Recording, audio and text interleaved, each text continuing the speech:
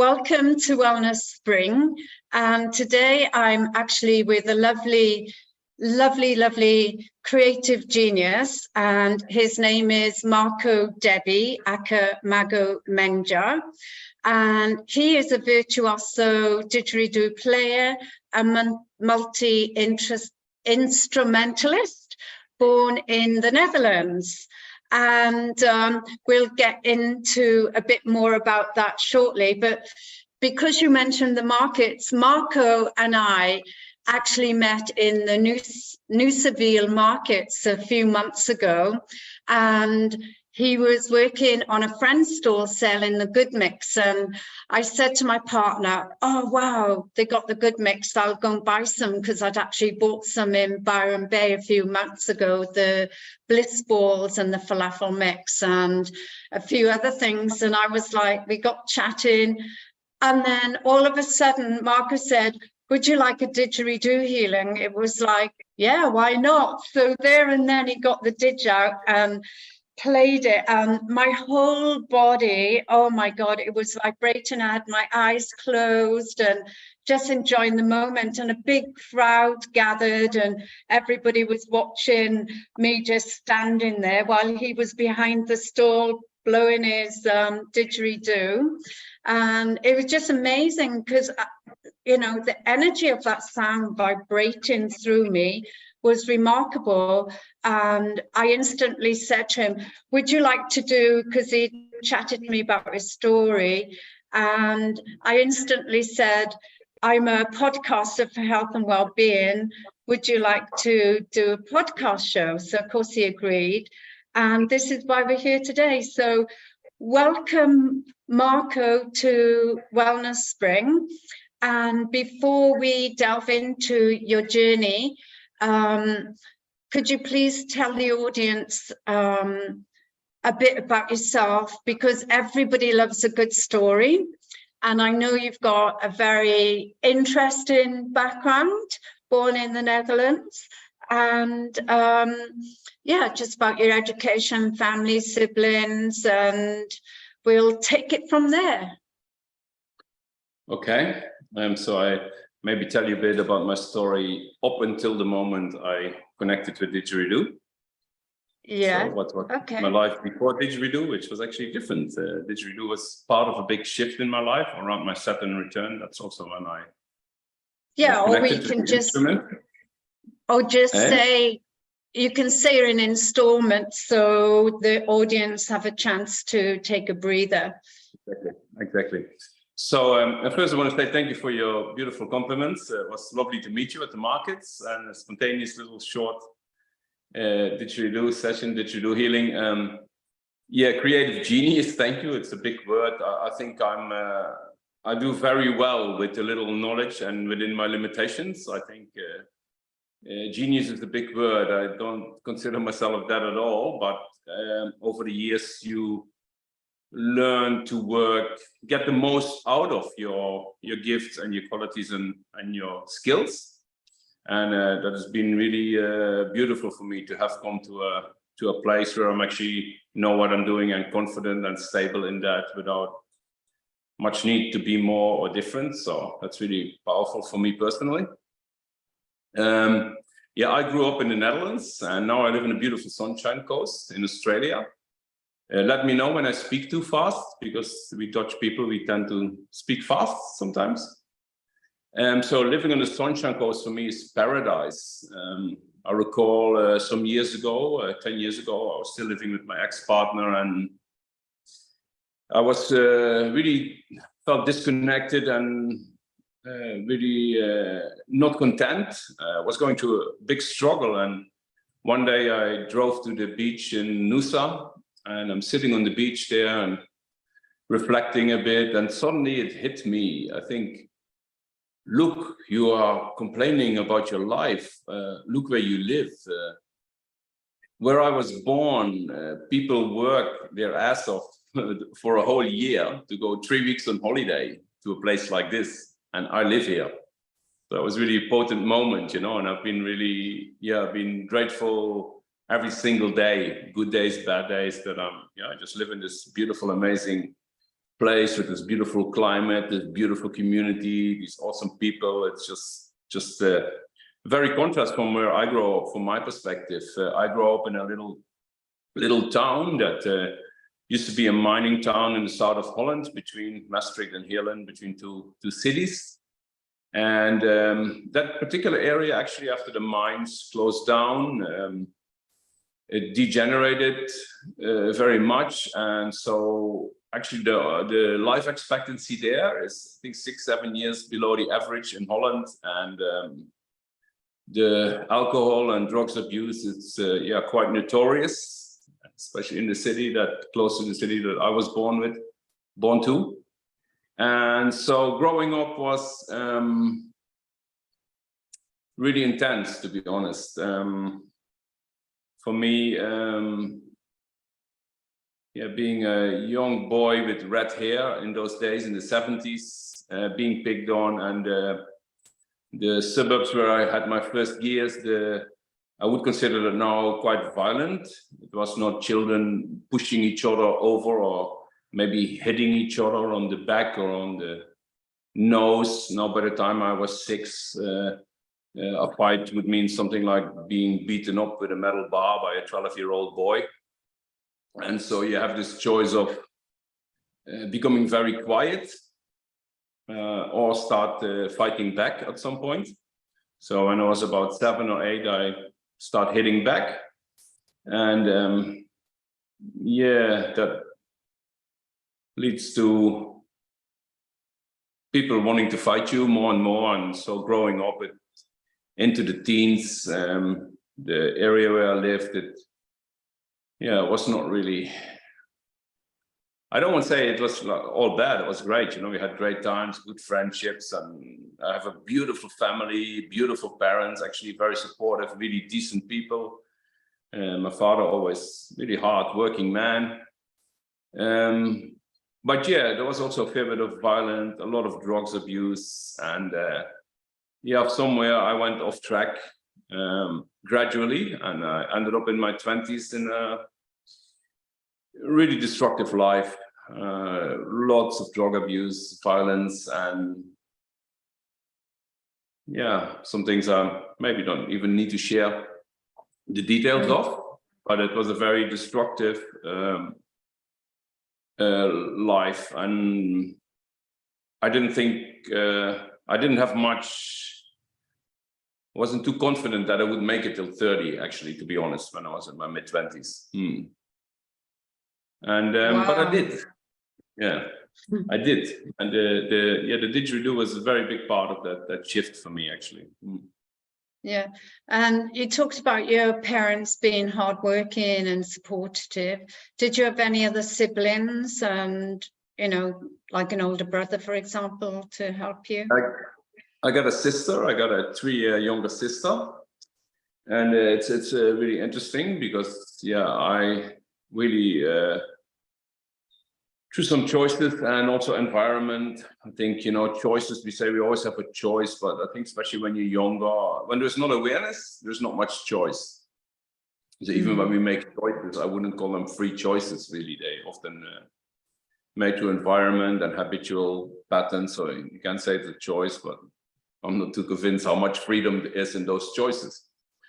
But my sister, she definitely made different choices. She was a different character, and she just really, she studied really a lot. She's a registered accountant, but she studied beyond uni, so she has doctorates, and then she studied NIVRA, which is the highest thing you can do in accountancy. So she theoretically, she could be doing accountancy for multinationals and checking their books. And I think she started working when she was fairly young at Deloitte and Touche, but after a few years, that really hard corporate environment, it just didn't appeal to her at all. And I think she ended up with some burnout at some point, and she also just chose a different path. And she now, for the past 20 years or so, 25 years, she's been working for non-for-profit organizations and doing budgets and stuff for schooling and educational projects. And she still has a pretty good job, I think.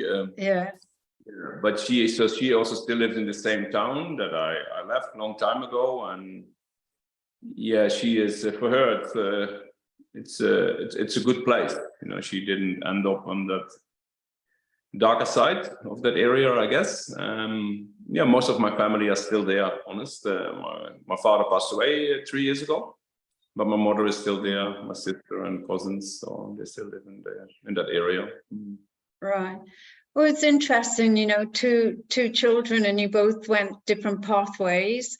And I guess, yeah, and I guess with boys as well, boys, you know, do seem to get bullied a lot more, and then with peer pressure, testosterone, etc. But you got into a very, very dark place, I know from earlier chats. And can you tell us who or what inspired you or motivated you to rise and change your life?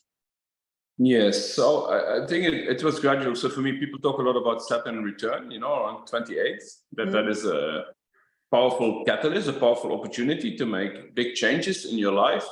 And now looking back, I see many people who had the universe really giving wake-up calls. I see often people start swimming to the other shore, to another life, and turning back into the old habits.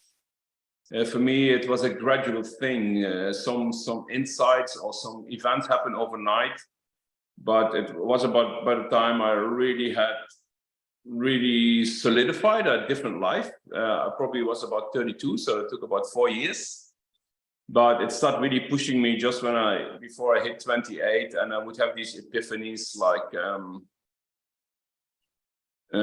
yeah, sometimes like 4 or 5 in the morning after not sleeping, sometimes for a few days, and sitting in company of yeah, pretty severe criminals and stuff sometimes, and yeah, a lot of drugs. That I had these moments that I just would completely come to myself, completely sobered up and looked around me, and I just think, what am I doing here? How did I ended up here? There was these moments of like, this is madness. So slowly there was a longing coming to change, but not knowing how to make those changes and how to get out of that.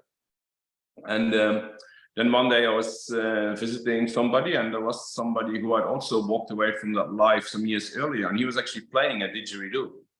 And most of the men and women there thought he was a bit funny.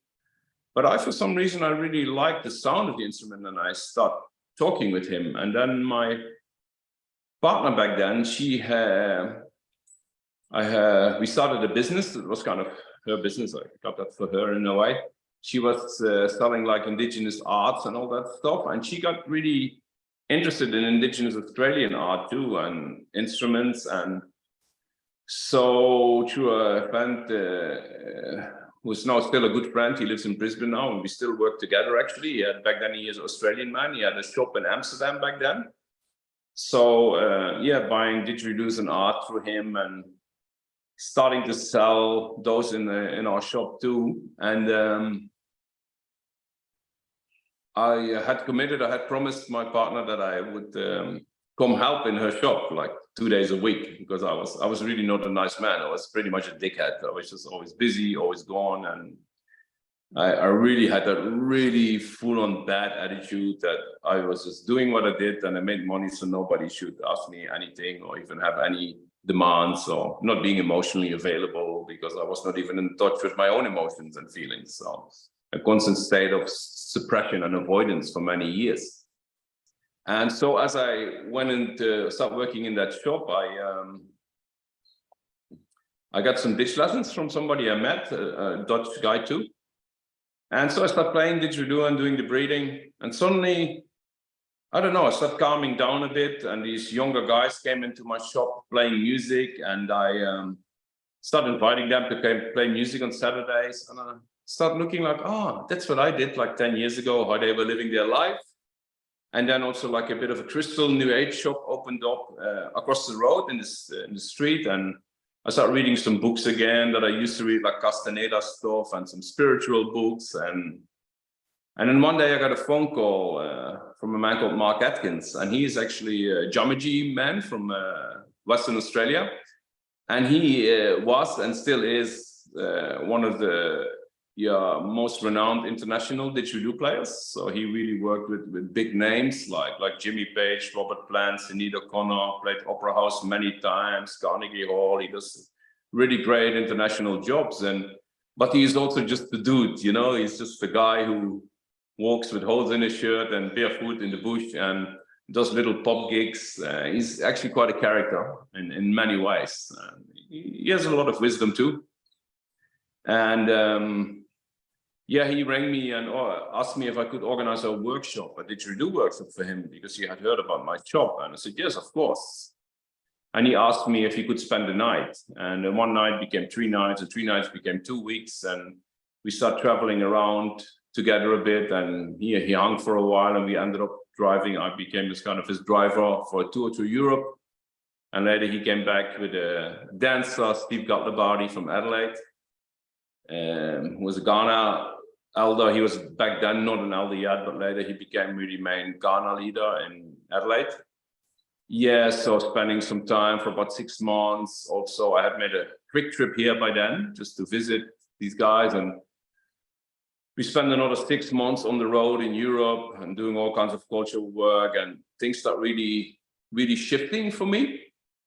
Just even with these 2 indigenous guys, just the way they did things, you know, how they paced. They were not in that typical organized rush that we in Northern Europe live. So things start being triggered inside me from a lot of ways. And in the meantime, I kept playing.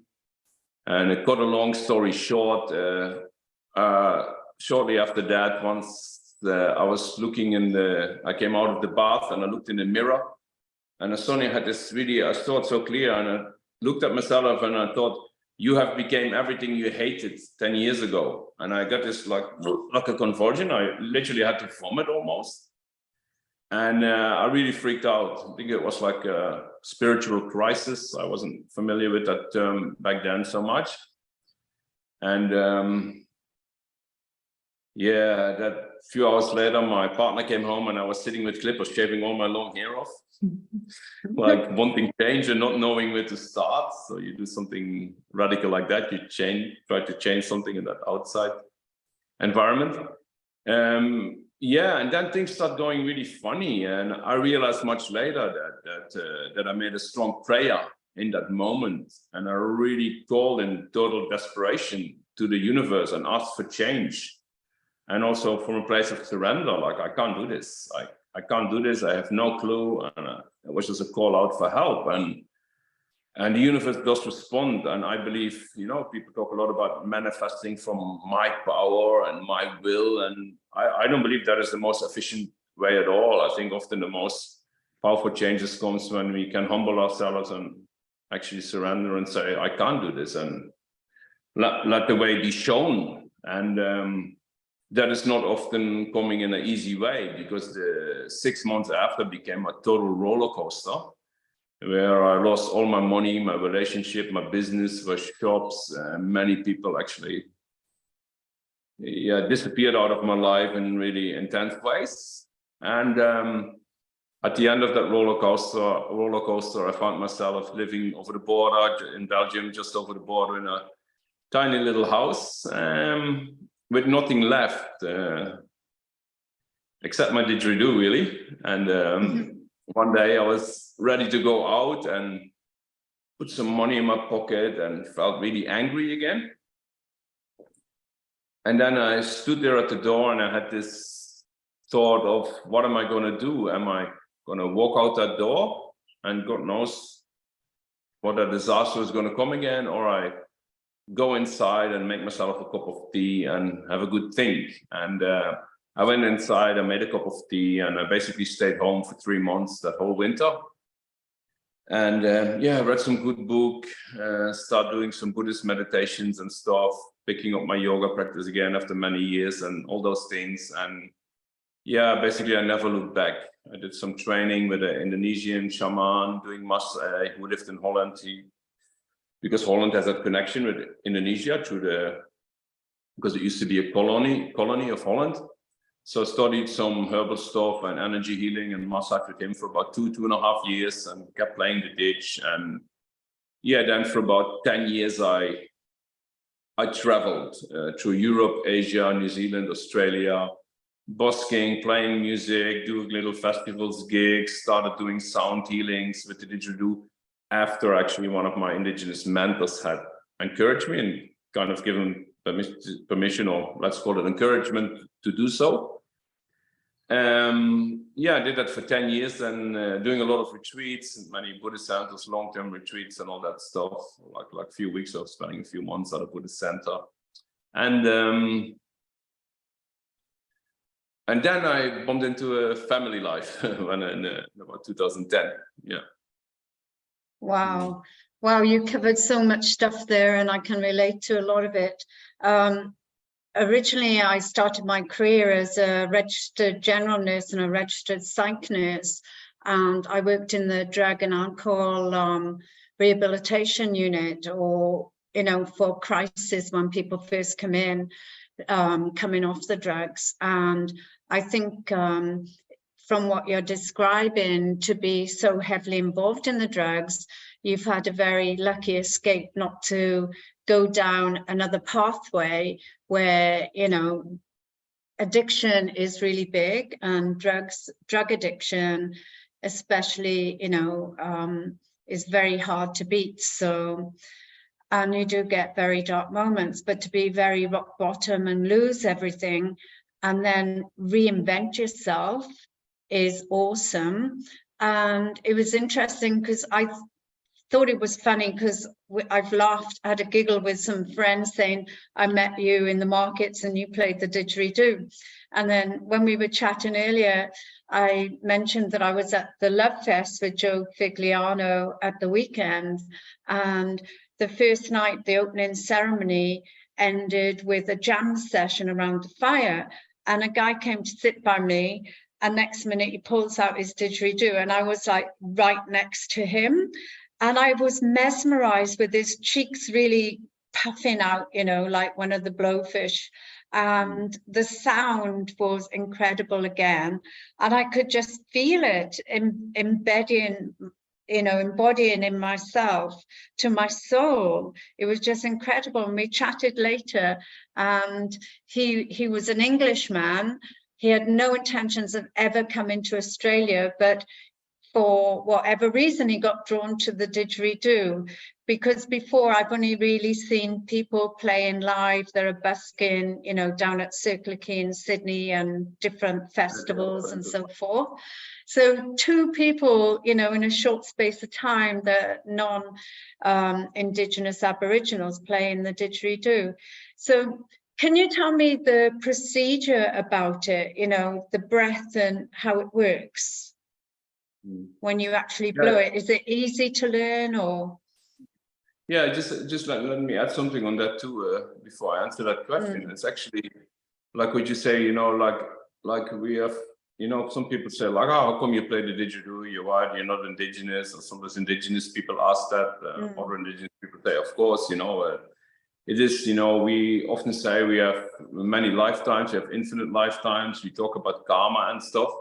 So then that is not even a funny thing at all. When I came first time, I met my mentors more from South Australia, WA, and then later many other guys I hang out with. But traditionally, the instrument is really from the top end of the Northern Territory, from area near Gulf, East Arnhem Land, down to the Gulf, somewhere south of Katherine, and then to East Kimberley's kind of. That is kind of the traditional areas where the songlines and traditional law is from the instrument. And that is being the first time there. Later, I connected really with more like Rambaringa, Mighty Mob from Central Arnhem Land. And that country, that even there being on that country, there was just something, so many powerful things happened there and shifted. And the first time I was there for 3 months, and I came back on the coast here and later in Europe, and people saying like, wow, what happened to you playing? It just sounds completely different. Even didgeridoos that are from that land, you know, like from up that area, and especially when they're made by those local people there, they just have a completely different frequency, different vibrate, you know, even though the frequency is as in music-wise, it's the tone of C or the tone of D, but it's just something to that really makes it different. You really feel the energy of that land and stuff. So there's many layers, and I think, yeah, you know, if we have infinite lifetimes and if you live 50 years on average for a lifetime, and you have 60,000 years on this planet, you know, there's a chance that you might have been an indigenous Australian 200 times or something like that, you know. So that is one thing. So it's not that strange when you look at it from that perspective.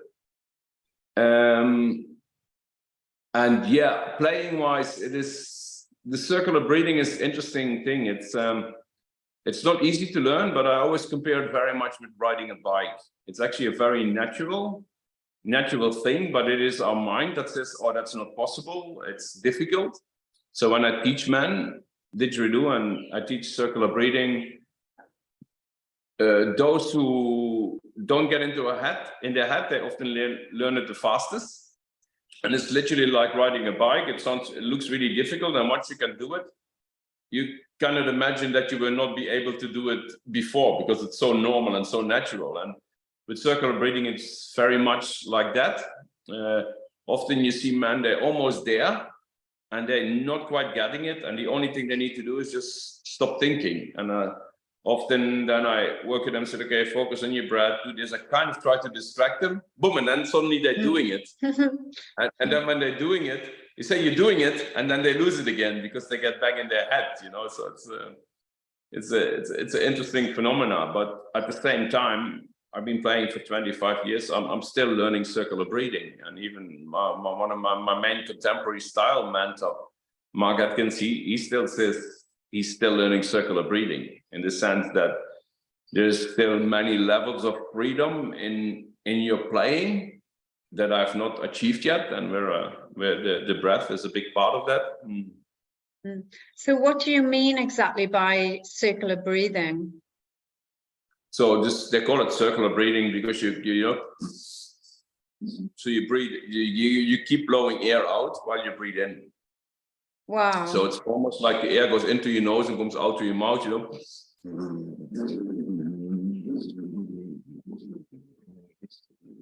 Wow. So it doesn't stop. It's like circular. It's not really circular because your lungs cannot breathe in and out at the same time.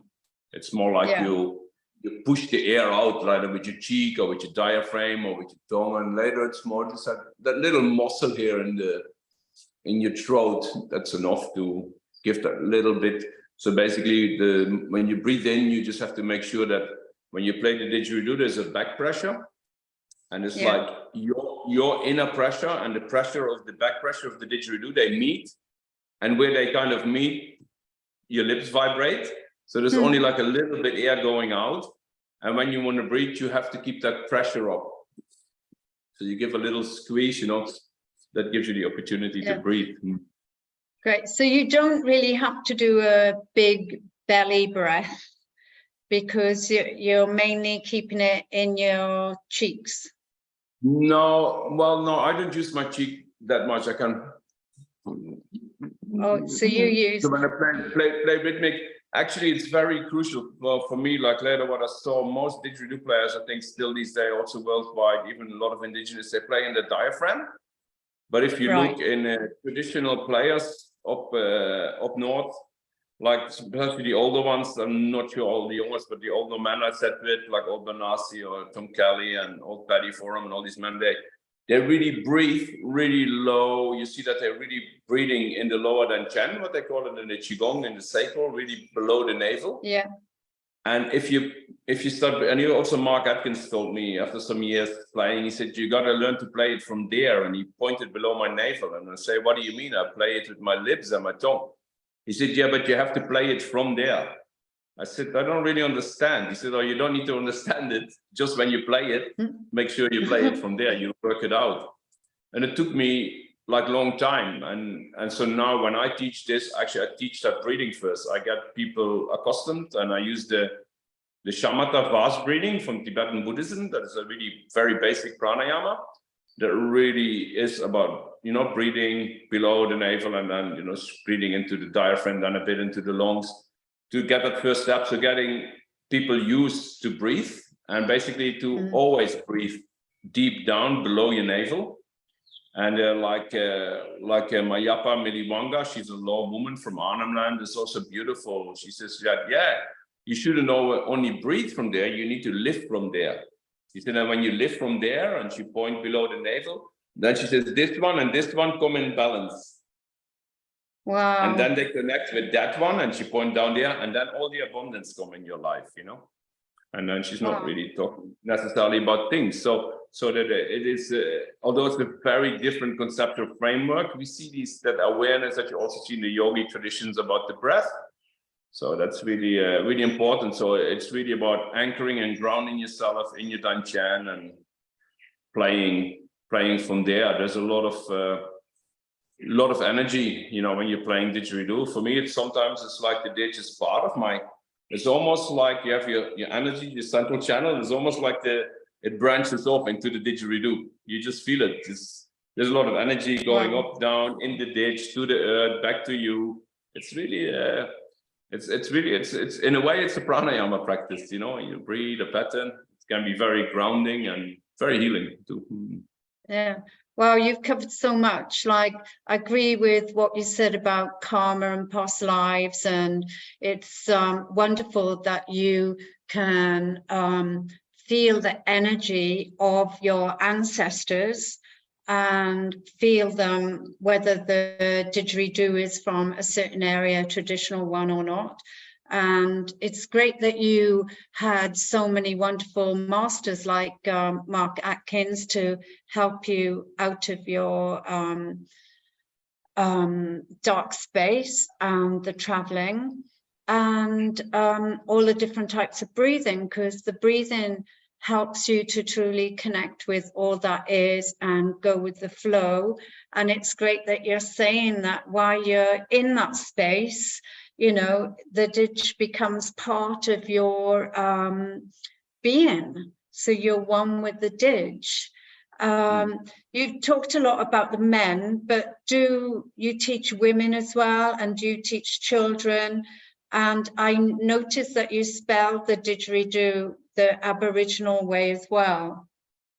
That spelling with a J is actually I wouldn't even, like, didgeridoo is not really an Aboriginal word. It's like some Irish guy invented that word, and it's often the sound. That's Labita's playing styles. I must have heard these old styles of playing, and didgeridoo, that's how it sounds. And that's where this name came from. So if you look in traditional areas in central Arnhem Land, but like I said, Remembering and Miley people, they call it Mago. There's also the name of my business is Mago Menla. Mago is a central Arnhem Land name for didgeridoo. And Menla is a Tibetan word for medicine. Because these two traditions, my main spiritual teachers are Tibetan yogic teachers and also my indigenous mentors, and these two traditions really have given me so much in my life, and really I have so much gratefulness, and like I wouldn't be where I am now and the man I am now with all those teachings and support. So that is always an honoring and a reminder for me, Mago Menla, didgeridoo medicine, and what the journey is. And so, that's, oh yeah, we were talking about the women. Sorry, I was a bit distracted there.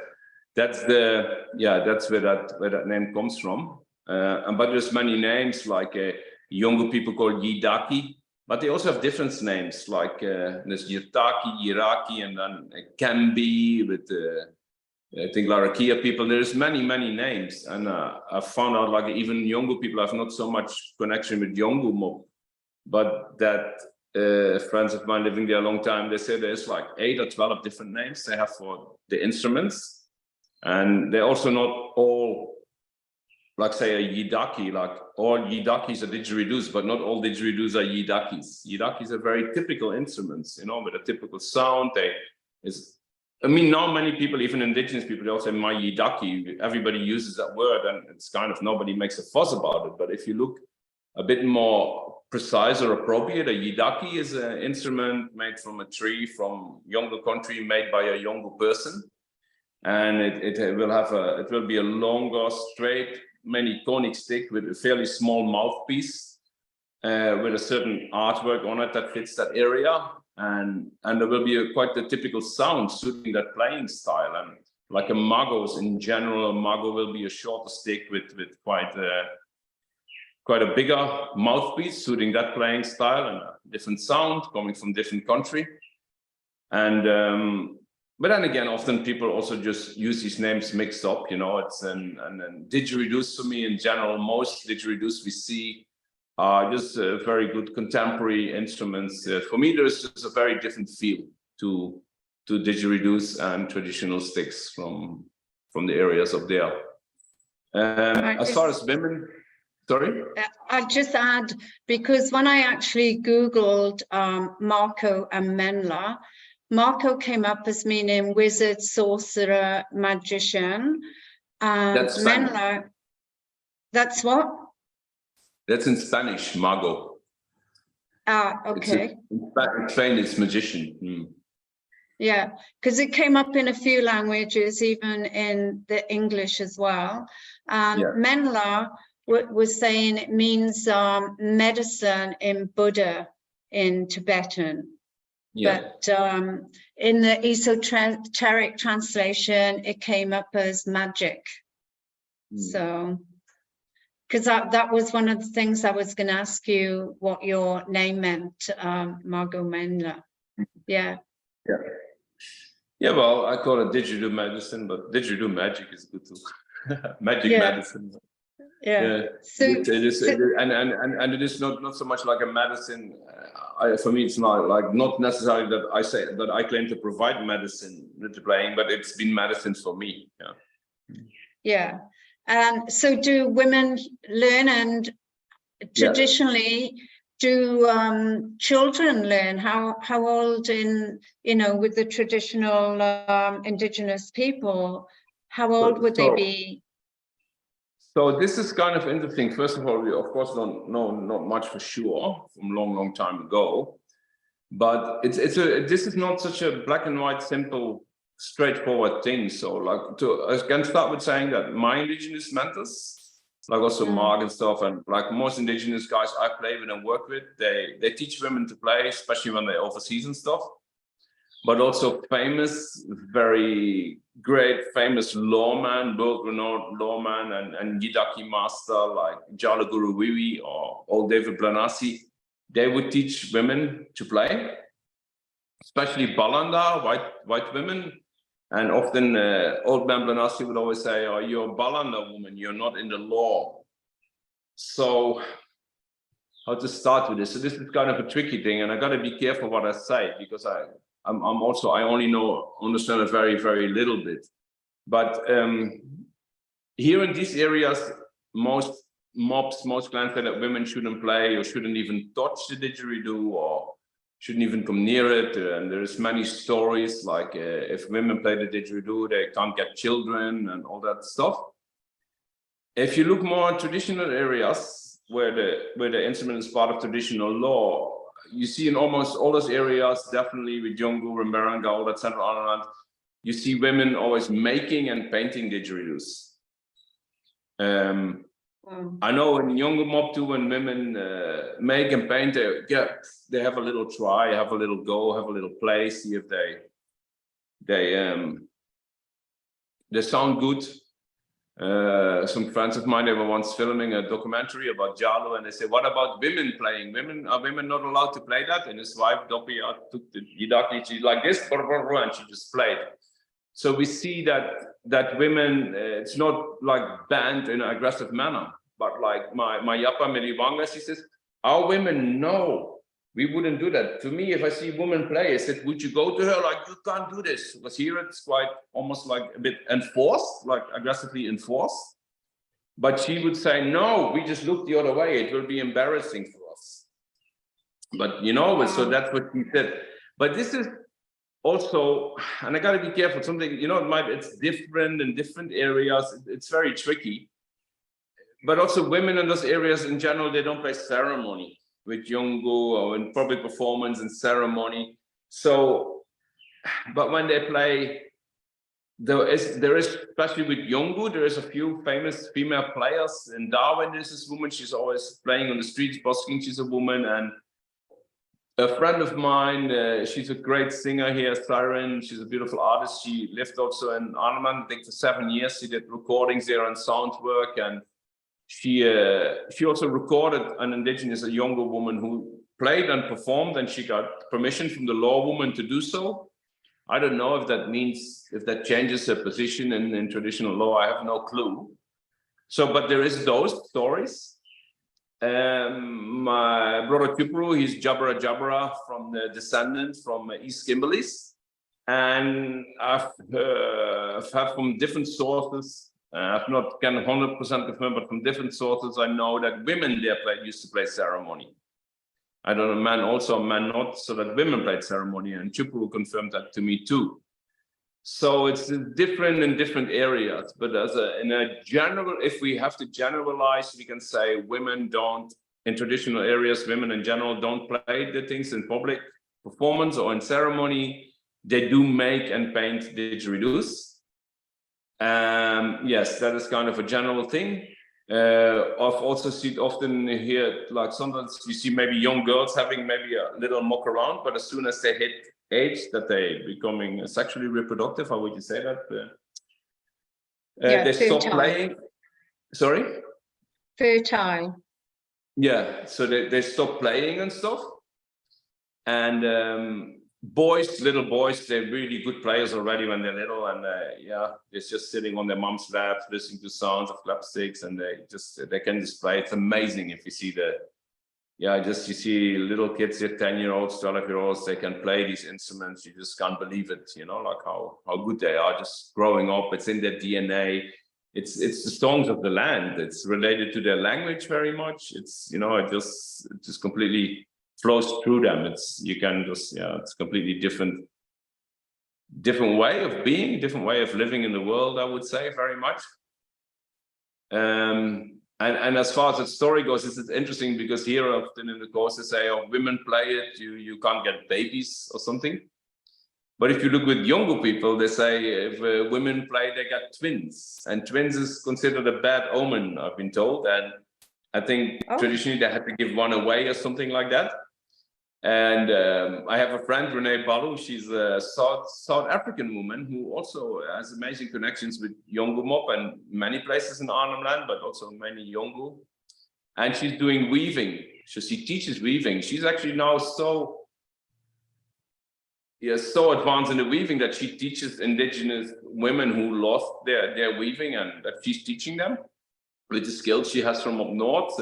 She's quite beautiful, very humble person, so full of gratitude and appreciation and really keeping up those connections. I've not been back up there for like 15 years, you know, just my life just took me in many ways, but she really is so focused on her priority. I admire her so much, you know, she has so much more knowledge and understanding than me in that perspective too. And she started playing Yidaki, and she asked to play Yidaki. And again, with Yongu, she said, yeah, you can play, you know, like nobody was making a big fuss. So she was playing Yidaki while she was with traditional mob up there. And then she got twins, funny enough. So that's kind of interesting. It's a funny story. And then if you have in Central Arnhem, more like Rambaringa, Mali, people, they said that women don't play the Mago, and if women play that, no, they got, I think that spirit come, whatever, when women play, they got too many babies. Like they got big belly with 9 or 10 babies, and then the woman died. Too many babies. So it's quite the opposite of infertility. It's more like hyperfertility. So in those areas, of course, there's many different stories with many different. Look what we're talking about here. It's like, you know, there's 500 language groups.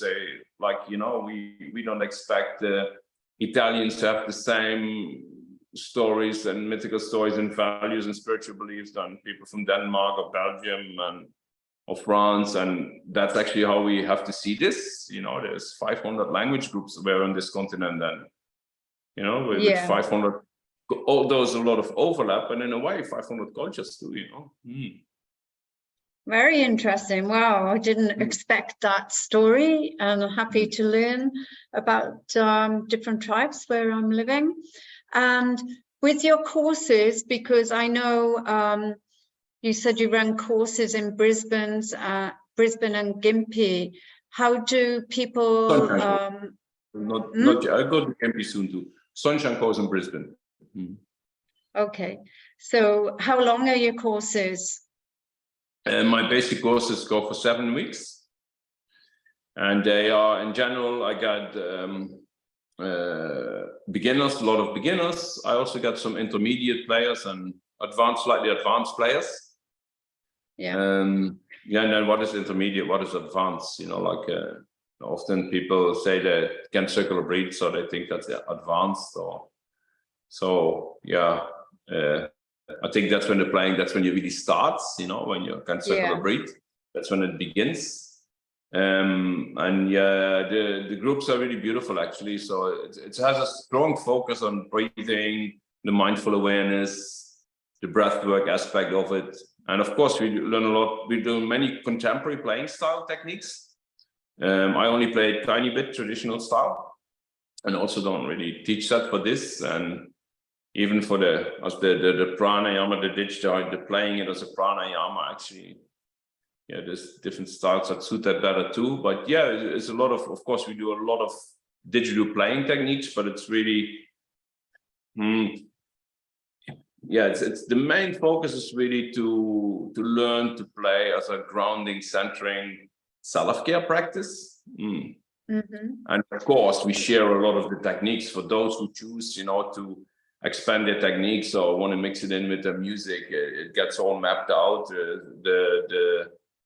I broke everything really down into basic techniques, not so much saying this week we practice this rhythm, this week we practice that rhythm, but more like, you know, tongue techniques, cheek techniques, diaphragm, lip rhythms, you know, breaking it down and really giving simple exercises with these different techniques. And I'm showing how to learn to go in that space from that really silence and space of connection and following your breath, and then mixing all these things together, you know, and really, I always like to support people in finding their own playing style, their own way of playing, instead of teaching them this rhythm, that rhythm. I have not so much interest in that. What I really want is men to connect to their breath, and so that they can come to a point to sit in nature, and that the didgeridoo, the body just starts playing. The didgeridoo plays you more than you play the didgeridoo. And of course, to do that, you need to learn these techniques. It's like with martial arts, you know, you look, you learn all these movements for years, and then when you're fighting, it just happens. And it's a bit the same, you know, like you learn all these techniques, but eventually you just want to allow that inspiration, or whatever you call that, or that connection, that energy you feel, to allow that to move through you. And then if you have those techniques, then that body can actually express that, right? Yeah. I love the way you said the didgeridoo plays you. That's I'll remember that saying. And from talking earlier, we discovered we got 5 common friends, and 2 of them actually learned the didgeridoo from you. So I'm going to reach out to Martin and Craig to say hello. And so you also offer a heart-centered integrated modality of sound healing, slow, gentle breathwork, and meditation. Do you want to explain that and what happens in a session with you? Yes, so that's like integrative sound therapy. So the first time people started asking me to do sound healing with didgeridoo was maybe 2002, 2001. And I wasn't sure, so I asked Mark, and also like Stevie, but mainly started with Mark, and he said, no, I wouldn't do that if I was you, you know.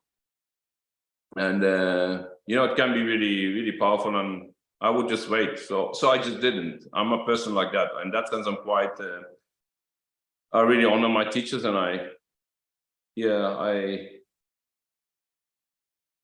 try to follow, you know, like, you know, I do my thing, and if I really feel called to something, I do that. But if there is some advice, and I'm like, I just trust that and see how this develops. So I didn't do that for.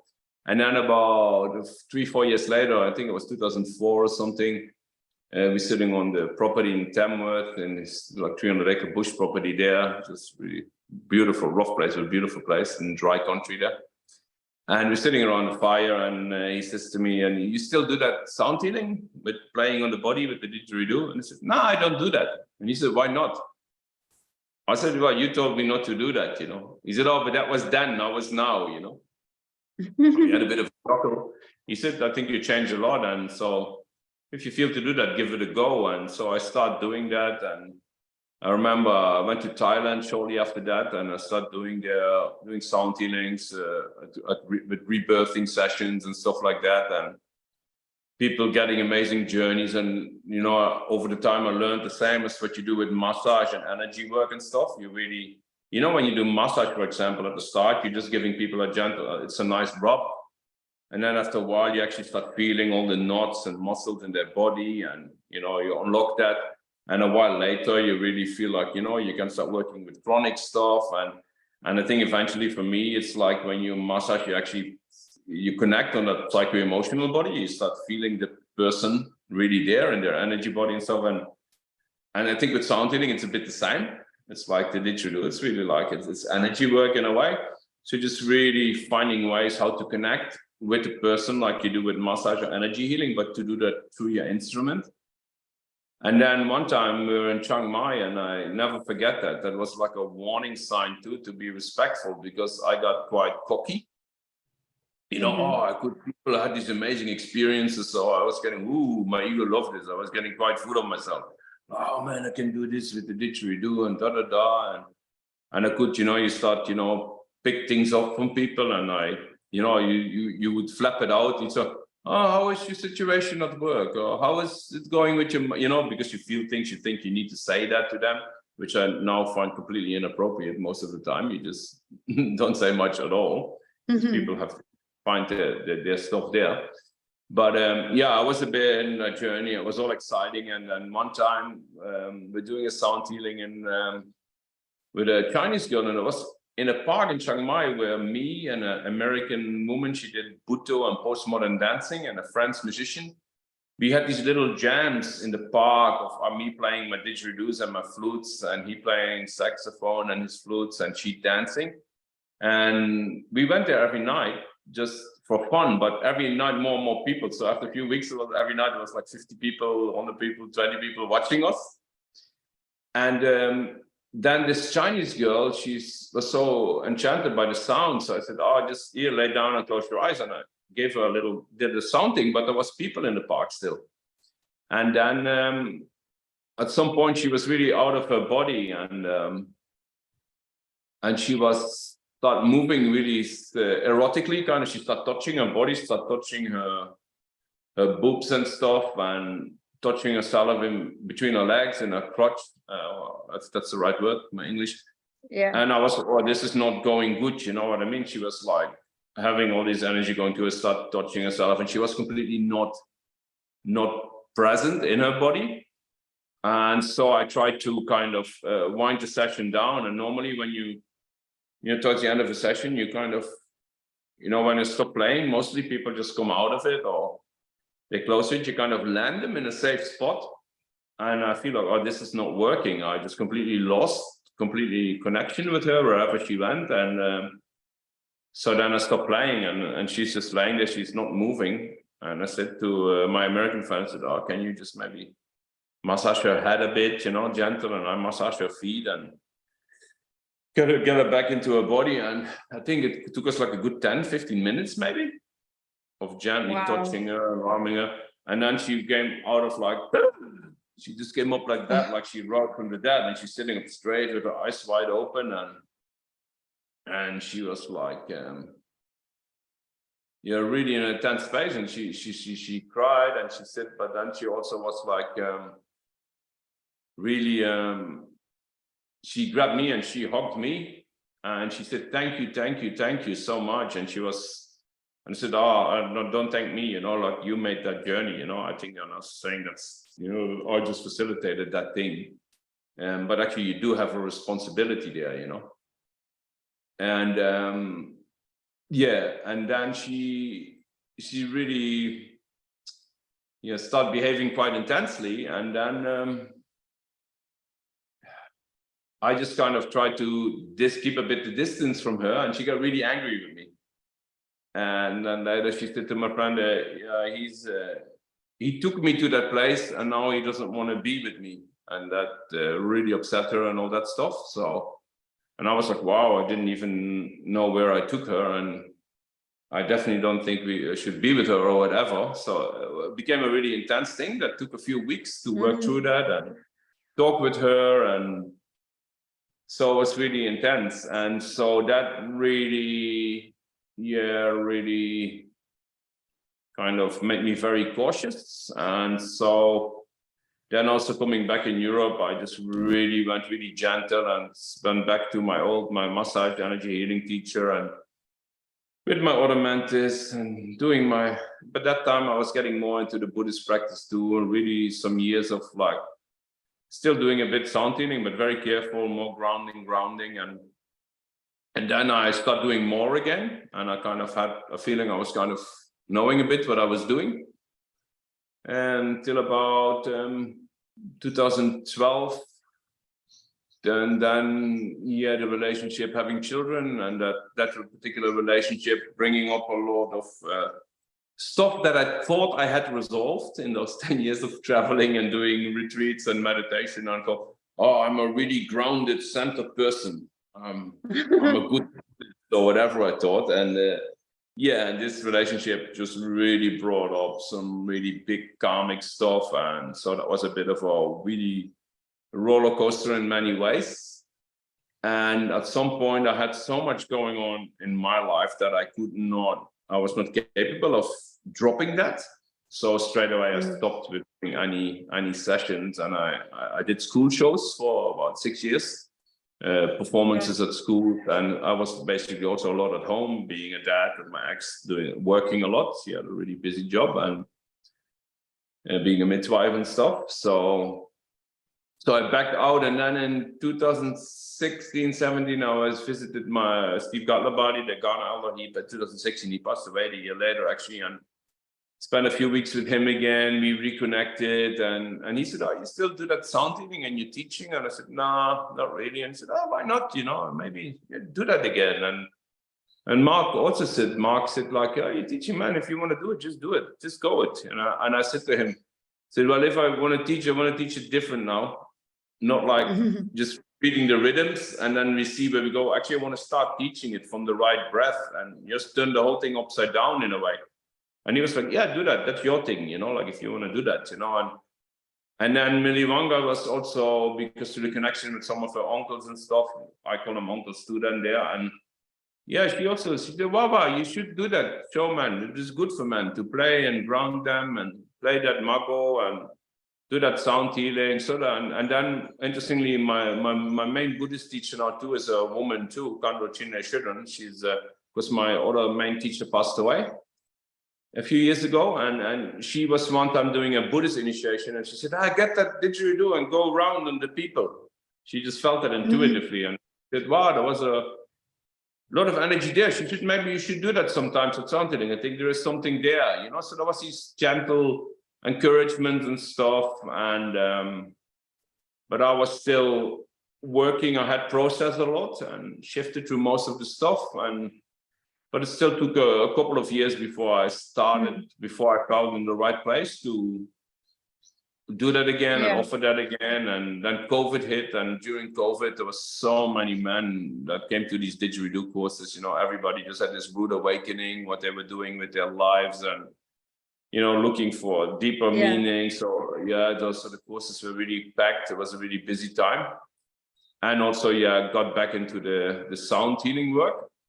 And so what I offer now is really, it's a mix of mindfulness-based, Buddhist practice like mindfulness, loving kindness, and compassion contemplations, really about self-acceptance and stuff.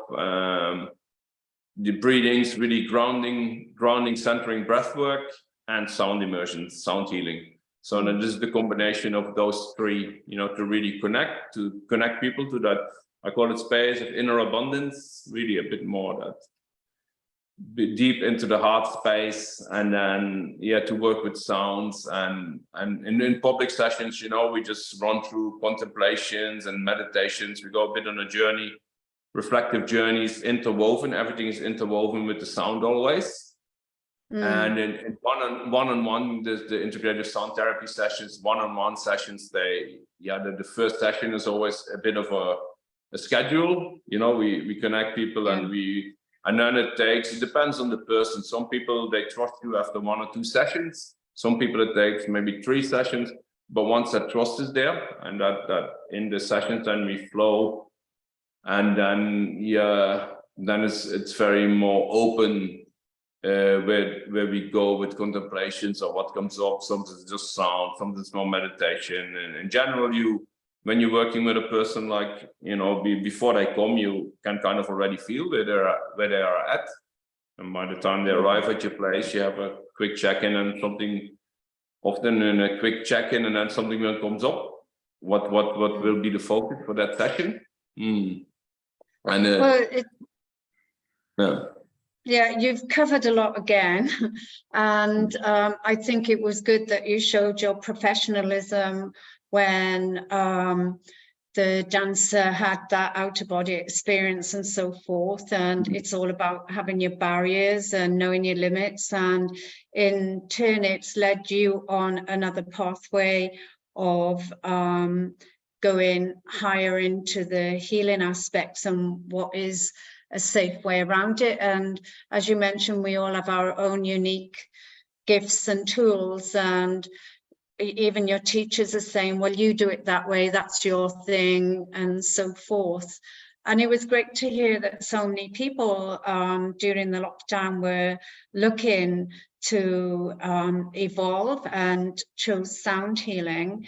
And like you said about the emotions, because I'm also a sports massage therapist and aromatherapist, and I know that we have emotional blocks in our bodies. And I tell my clients, or when I used to practice it, you know, some people after massage might feel wiped out and want to sleep, but others feel energetic, and others could be very tearful or you know, angry. And I find that the same with meditation, because I've taught it for years. And I say, when we delve down deeper, you know, all the pink elephants that we've blocked and buried, all our hurts and wounds, you know, are laying there, and they come up.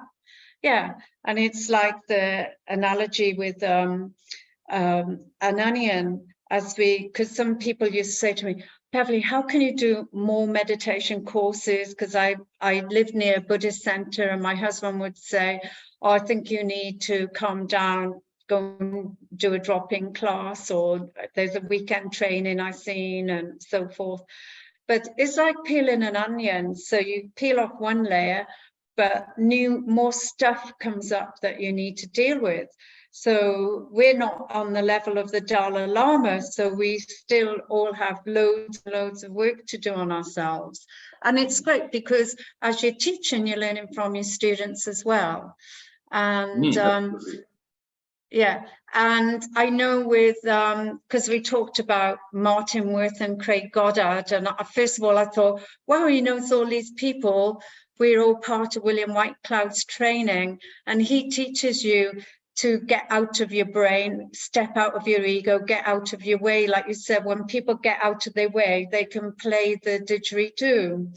So it's all about getting out of our own way and being consciously aware, because you talked about awareness and ego. And when we step out of our way, then we're stepping into the flow. Like Dr. Wayne Dyer used to say, let go and let God. So you go with the flow. And William... Sorry, you keep going. Yeah, William Whitecloud told us that, taught us, you know, the ego is necessary for our vehicle of orientation. So when we feel stressed or someone pushes our triggers, then we can be the master of our spirituality. It's like, oh, there's our BS, our disempowering beliefs that we made up as children. Now we can acknowledge them, bless them, and rise above them. And I think from what you're saying with the meditation and the breath work and the sound healing, you know, it gets you into that flow, and that's when the magic happens. Yeah, I think that's a very good thing. That's just a little point also on ego. Like for me, from a Buddhist perspective, I think, because I got really confused on it when I talk at modern spiritual. They say, "Oh, just leave your ego behind." But for me, from a Buddhist perspective, I'm still always in my ego, even in flow state and stuff. And then so we would maybe more phrase that as like something like they talk often about distorted and a correct relative. And so that we have that, and you could call it like a hurt ego and a healthy ego. Maybe it's not quite, but you could compare it like that. So we have that ego that is I and other, I'm separate, I'm victim, the world does things to me, I'm projecting, I'm not looking at my shadows, we have all that. But then as we progress and we do the work,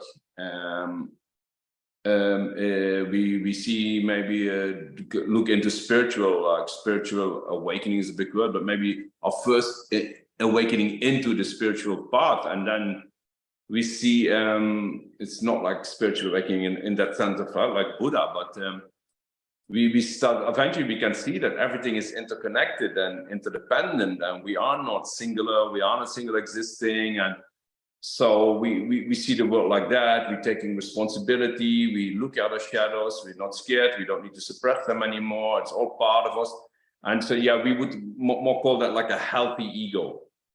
So I would not phrase that as so I use these terms slightly different, and then from that space of healthy ego, only then can we really start doing that, the deeper spiritual practice of ego transcendence and all that, because when you're on a victim, disturbed ego, you can't even start there. So all that, from that hurt ego, immature ego to mature ego, that's all therapy in a way. It's therapy. So it's all therapeutic. Growth it's growth, it's ego development, it's growth, it's maturing. And then that part, the Eastern path, and also what we see with indigenous self-realization, it's kind of a different thing again. So in the work that we in general, for what I can say for me, what I do, it is very much supporting to coming to a more healthy settled space in ourselves, So that's the ego. And yes, what you say, definitely the breath and sound. Sound is also very powerful. Sound healing now also scientifically really brings you in the parasympathetic nervous system. And as with the breathings, we use the calm, regulated, slow breath. And if we start looking, because we see it a lot in the work, often when we look, people do, go to things or events and breathwork and this and that, but often, not always, but often it's all about having a big experience. And just we put ourselves in altered states of mind, or with plant medicine, which is great, but we have these huge experiences. And then we just go back about our lives, or we have another experience. But what you said yourself, when you really work with mindfulness or gentle breathing and you go looking inside, that's where it really becomes uncomfortable. Which you talk the layers of the onion, and in the Buddhist traditional teaching, they often talk, it's like when you've not had a shower for 20 years and you go under the shower and you start scrubbing, you start freaking out because all this dirt is coming out. You want to run away from the shower, but no, you just have to keep scrubbing, So that's that process. So it's and mindfulness. If you start engaging, you start actually seeing how crazy your mind is. And like some years ago, a friend of mine said, because I said something, I was pointing out something they were talking about a person and saying, the person said this and said that, and I was like, maybe. I was not, maybe. And they said, what do you mean? I said, well, it's easy to sit with a cup of tea and talk about all these deep spiritual ideas. I said, when I'm impressed is, how do people act and react when things go not their way, when everything falls apart, And then my friend, she looked at it in a bit, maybe a wrong way. And she said, and you then with your Buddhist practice, you've been doing that for 10 years now. It's like 50 years ago. She was like, so what has that brought you then? And my reply was, actually, that I know how fucked up I am, and that is okay. That is okay. And I think that is a beautiful place to be, to know that, to not trying not try to hide that all the time, and just knowing that we're all struggling, we're all going to so much, we all have so much shit that we can't deal with and can't cope with, and just to be more and more okay with that. And that takes that pressure off of how we want to be seen. I just wrote it this morning in a post about the event we're doing Saturday. Do you want to project a certain image, how you want people to see you, or you want to be real? And we'll talk about authentic and all that stuff. Well, authentic starts with giving up that you ever could be perfect and all that stuff, and really, that you're not like what you said, also beautiful. You learn from your students. I do these courses, and man, I should be paying them, because I got so much out of it, hearing the wisdom from all these men and the sharing circles, and how what they teaching me, how to become a better Dutch teacher, and all that stuff. So that I don't know if that makes sense. I'm trying to express. Oh no, something absolutely. Here, and I say to my students in meditation, as soon as you close your eyes, you let go of external distractions, and you're given the opportunity, one, to slow down, because we're living in a very busy world. We slow down and we get comfortable with the space within.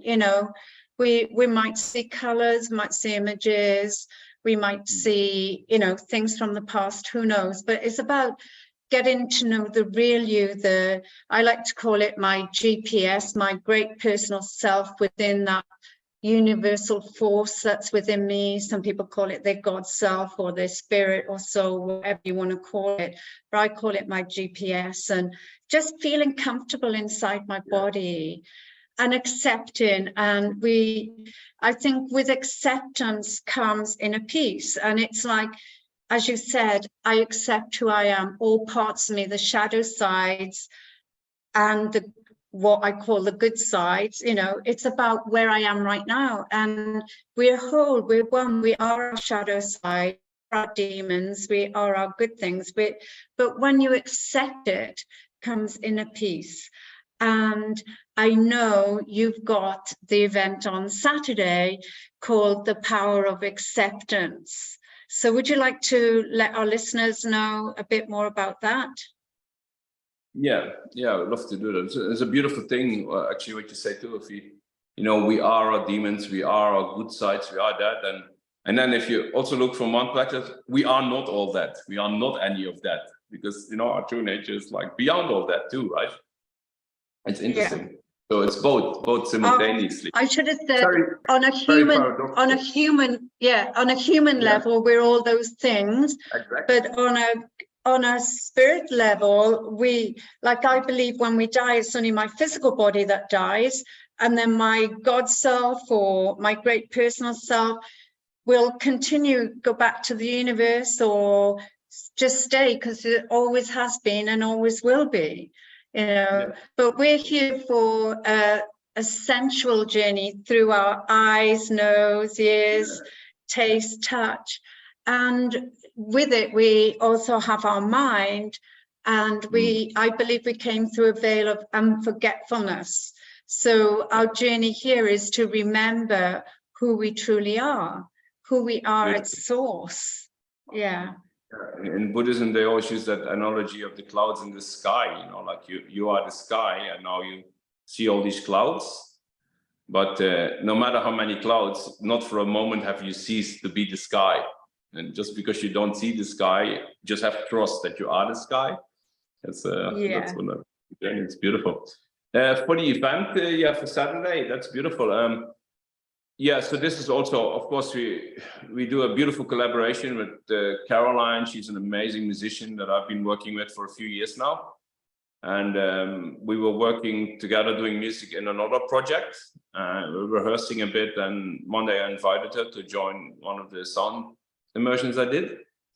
And it was really amazing. The synergy, the connection, what happened in that session was really, took the whole thing next level, big time. And for me, it was like, wow, I never worked with another musician who could just drop that performer's mind so easy and so totally and join in that space. And then she said after the session, yeah, for her, it was like also, she said, I've been playing music professionally for 20, 25 years, and this was one of the most amazing things ever. And she said, she said that she felt that she had so much space to express herself fully, and which you don't get in like band structures that she wasn't used to. And I said, yeah, because in that space is space enough, you know, we don't need to limit each other, or, you know, there is not space for that kind of ego, basically, yeah, of that. And so, yeah, we started working more and more together. And we ended up doing some bigger events and some local festivals here, like Prana Fest. And my brother Francis, he's a beautiful man, and he came to me to learn some Didj. And he's also does amazing healing work himself and some amazing modalities. And yeah, he became such a beautiful, close connected brother. And he joined us at Prana Fest to do some gong, where you can say, yes, it's amazing. He's amazing with his gongs. And yeah, so we kind of decided to start running some bigger events together. And like I said, yeah, the base is really because we're good friends. For me, it's all about relationship these days. If I don't have relationship, like sometimes people say, oh, you want to work at my event, and I'm now like, oh, let's have tea first. Because if we have to see if we can connect and really feel and have that kind of relation, and then do business instead of just seeing it as business projects. So for me, that's crucial, relation and process. And so this Saturday, we're going to do this event. And of course, we had to give it a name. And the interesting was, I called it the power of acceptance. And then we'll see, a few months ago, we give it a name. We see what gets birthed from that intention. And first of all, we all got it on the chin. It was really brave to call an event like that, because we had some big things coming up, all of us, the past 5 weeks that were interesting to work through. So practicing the power of acceptance. So that's almost like you put that intention out there, and then the universe says, okay, here you go. You want to do that event? Then you can practice this now in the lead up. So we feel really ready.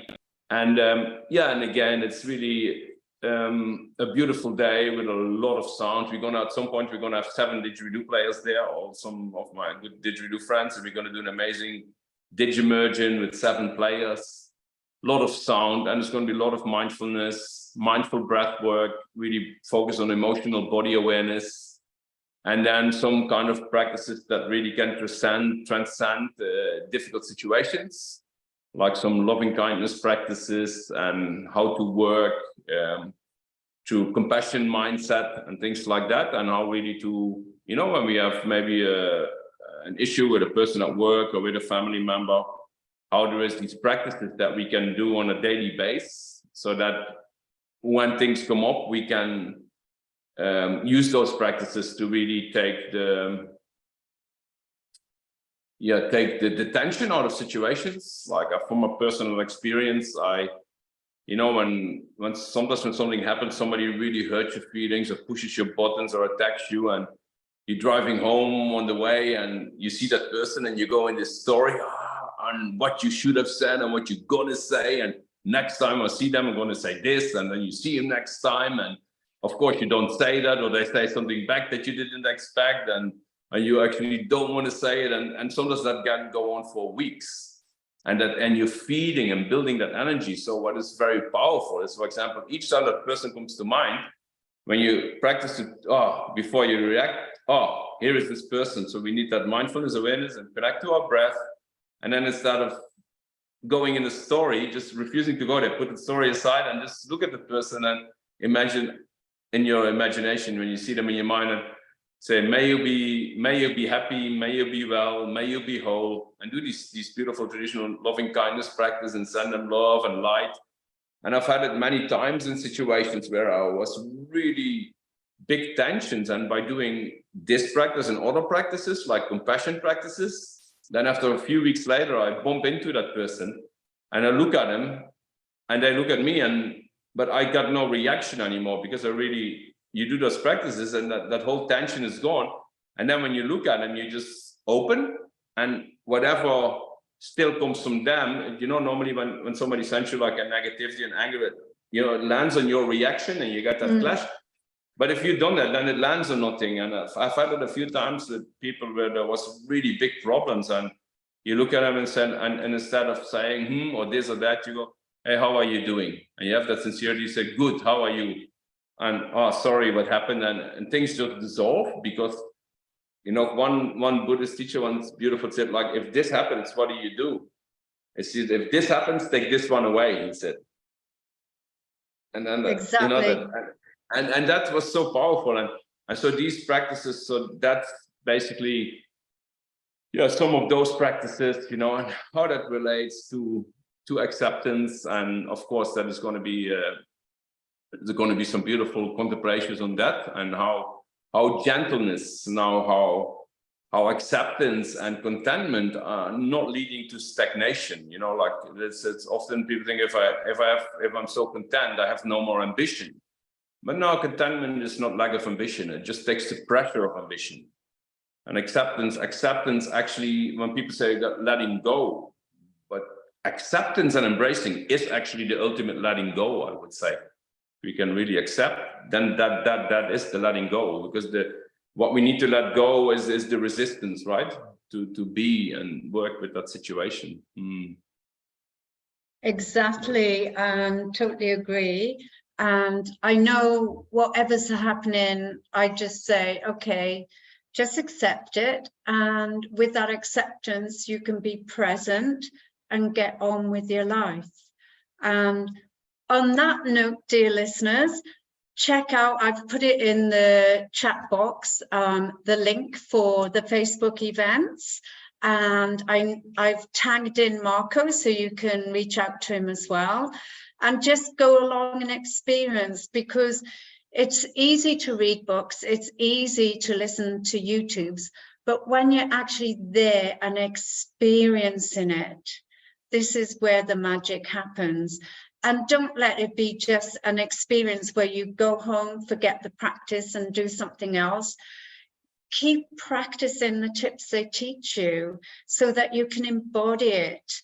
And, next time you have an altercation with someone, just step away and breathe. So that will bring you back to the present moment. And check out what Marco's doing. It's amazing work online. And if you can't make it, are you doing online recording of this workshop? No, probably not an online recording, but we're going to do the event again in 16 December. And oh, great. We also be offering, oh no, I'm not allowed to say that yet. There's some festivals coming up for me, so I have to wait till we'll be at some festival through this summer. And the 16th December, and also for this one, there's only about 10 tickets left. So if people want to interested, they should book the tickets. Yeah, and I saw that you also have spaces for people who are financially strained at the moment. Yeah. And so even if you don't have money, there's no excuse, because like you had a second chance of living, this could be a second chance for people to find that acceptance, that inner peace and harmony, and evolve. So give yourself a gift of acceptance and book up for this event. So thank you, Marco, for giving up. Lovely to talk to you. Yeah. And thank you, listeners, and I hope you enjoy the talk as much as we did.